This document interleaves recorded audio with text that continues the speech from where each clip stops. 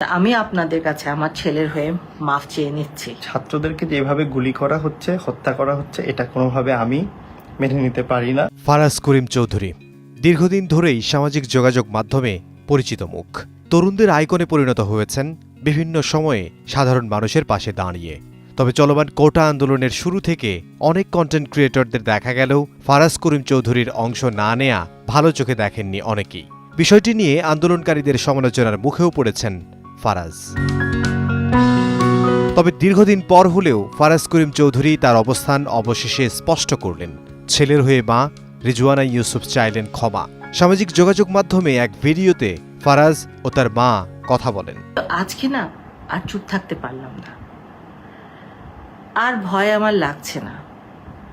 আজকে আমি আমার ছেলের জন্য আপনাদের কাছে ক্ষমা চাচ্ছি। আমার ছেলে মানুষকে ভালোবাসে, সে সব সময়, তার মনটা অনেক নরম, সে মানুষকে অনেক ভালোবাসে। আজকে আপনাদের পাশে সে হয়তো সশরীরে নাই, কিন্তু মন প্রাণ হৃদয় জুড়ে সে আপনাদের সাথে। আজকে বাংলাদেশের অনেক মানুষ আমাকে অন্যভাবে দেখে।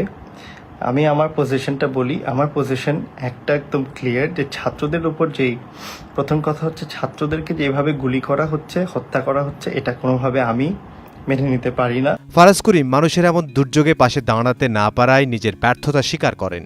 এই আন্দোলনে আপনাদের পাশে না থাকতে পারাটা আমার জীবনের সবচেয়ে বড় ব্যর্থতা। আমি বাংলাদেশের মানুষের শত্রু হতে চাই না। আমি যুদ্ধ করে অনেকের পাশেও দাঁড়িয়েছে। আমার অনেক বড় ব্যর্থতা সব সময় ছিল। আমি জীবনের বেশিরভাগ সময় আমি আপনাদের জন্য কাজ করতে গিয়ে ব্যর্থ হয়েছি। তবে এই আন্দোলনে আপনাদের পাশে না থাকতে পারা আমার জীবনের সবচেয়ে বড় ব্যর্থতা। ভিডিও বার্তায় তার মা রিজওয়ানা ইউসুফ বলেন, ফারাজের চুপ থাকা কোনো দালালি কিংবা দলের জন্য নয়, বরং পারিবারিক চাপে থাকার কারণে তিনি চুপ করে আছেন। কিন্তু মনে প্রাণে তিনি যতটুকু পারছেন তার অবস্থান থেকে কাজ করছেন। সে যেই ত্যাগ স্বীকারটা করছে, সেটা কোনো দালালির জন্য না, সেটা কোনো দলের জন্যও না, সেটা তার পারিবারিক একটা চাপের মধ্যে আছে দেখে সে আপনাদের পাশে দাঁড়াতে পারেনি। আমি যাতে বাংলাদেশের মানুষের কাছে শত্রু না হয়ে যাই, আমি এই যতটুকু কাজ করছি, যতটুকু সম্মান দিয়েছেন, এটুকুই আমার সমাপ্তি। আপনাদের অনুমতি পাইলে ক্ষমার প্রয়াশ্চিত করার চেষ্টা করব। কিন্তু এখন ছাত্রছাত্রীরা আমাকে মেনে নাও নিতে পারে, আমি জানি, আমি এটাও বুঝি।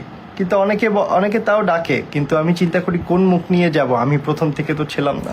ফারাজ করিমের বাবা ABM ফজলে করিম চৌধুরী বাংলাদেশের একজন রাজনীতিবিদ। তিনি চট্টগ্রাম উত্তর জেলা আওয়ামী লীগের সভাপতি এবং চট্টগ্রাম ৬ আসনের বর্তমান সংসদ সদস্য।